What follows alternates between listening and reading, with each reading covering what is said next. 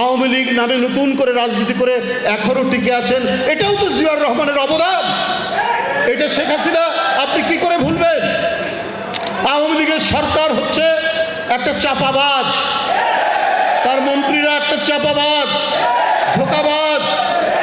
আওয়ামী লীগ হচ্ছে দাগি চোর, দাগি আসামি, এরা নির্লজ্জ।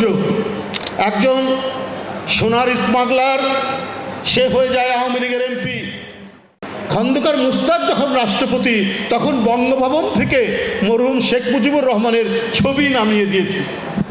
শেখ মুজিবের মন্ত্রী শেখ মুজিবের ছবি নামিয়ে দিয়েছিল, জিয়াউর রহমান বঙ্গভবনে আবার শেখ মুজিবুর রহমানের ছবি তুলেছেন।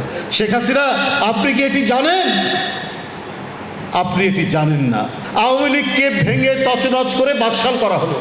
এই বাকশাল আবার আওয়ামী লীগ নামে নতুন করে রূপান্তরিত হলে, আওয়ামী লীগ নামে নতুন করে রাজনীতি করে এখনো টিকে আছেন, এটাও তো জিয়াউর রহমানের অবদান। এটা শেখ হাসিনা আপনি কি করে ভুলবেন? আপনার তৈরি করা বিচারক দিয়ে, হাইকোর্ট দিয়ে জিয়াউর রহমানের নাম কেটে দিবেন। বাংলাদেশের স্কুল টেক্সট বুক বোর্ডের কর্মকর্তাদেরকে দিয়ে স্কুলের বই থেকে জিয়াউর রহমানের নাম কেটে দিবেন, তাতে কোনো লাভ নেই। পদ্মা, মেঘনা, ধলেশ্বরীর উত্তাল তরঙ্গের মধ্যে জিয়াউর রহমানের নাম থাকবে। এখন আন্তর্জাতিক বিশ্বও জানে যে শেখ হাসিনা একজন মিথ্যাবাদী। আওয়ামী লীগের সরকার হচ্ছে একটা চাপাবাজ, তার মন্ত্রীরা একটা চাপাবাজ, ধোঁকাবাজ। থানায় একটা বোর্ড লটকানো থাকে, দাগ দেয় যে কয়বার ধরা পড়লো, ওকে বলে দাগি আসামি। জানেন না এটা দাগি আসামি?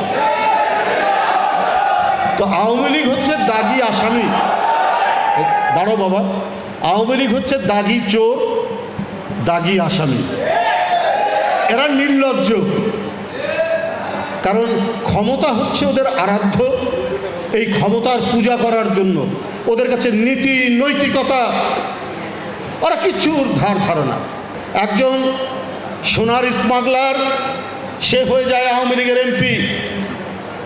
সেই এমপি হওয়ার তার তকমা, তার সিল থাকলেও সে অন্য দেশে টুকরা টুকরা হয়। সেই টুকরা মাংস আজকে খুঁজে বেড়ানো হচ্ছে হাওড়ে, খালে, বিলে এবং পানির ট্যাঙ্কির মধ্যে। কোথায় আছি? কোথায় কার নিরাপত্তা? বেনজির নাকি বাংলাদেশ ছেড়ে চলে গেছে। কি করে গেল? এবং কেউ বলছে তার অ্যাকাউন্টে যে টাকা ছিল, সে টাকা সব নাকি চলে গেছে। আপনার সত্যতা জানি না কতটুকু কি সরকারি ব্যাপারে নীরব। মানুষ ধুকছে। 2 মাস আগে আপনার আলুর কেজি ছিল 30 টাকা, এখন সেটা ডাবলের বেশি, 60 থেকে 65 টাকা হয়ে গেছে আলুর কেজি। যে আলু এই মৌসুমে, আমি এই বগুড়া, রংপুর এই অঞ্চলে যেখানে আলু সবচাইতে বেশি আবাদ হয়, সেখানে দেখেছি 8 থেকে 9 টাকা। আজ থেকে 20 বছর আগে, 15 বছর আগে সেই জায়গায় না হয় 20 টাকা হতে পারে, 25 টাকা হতে পারে।